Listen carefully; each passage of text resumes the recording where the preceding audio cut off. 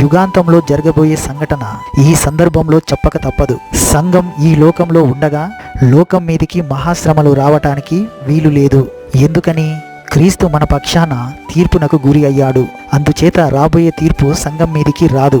శ్రమలు వచ్చినప్పుడు సంఘం ఇక్కడ ఉండదు. సొదొమ గొమొర్రా జంట నగరాలు లోకానికి సాదృశ్యం. ఈ రోజున లోకం అచ్చం అలనాటి సొదొమ గొమొర్రా పట్టణాల లాగానే ఉంది. ప్రభువు ఎప్పుడు వస్తాడో తెలియదు. ఆ సంగతి దేవుడు బయలుపరచలేదు. అయితే ఆయన ఎప్పుడైనా రావచ్చు.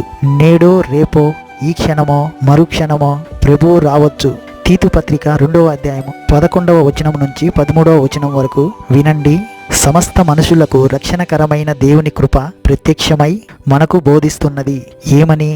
మనము భక్తిహీనతను, ఇహలోక సంబంధమైన దురాశలను విసర్జించి శుభప్రదమైన నిరీక్షణ నిమిత్తము అనగా మహాదేవుడును మన రక్షకుడును అయిన యేసుక్రీస్తు యొక్క మహిమ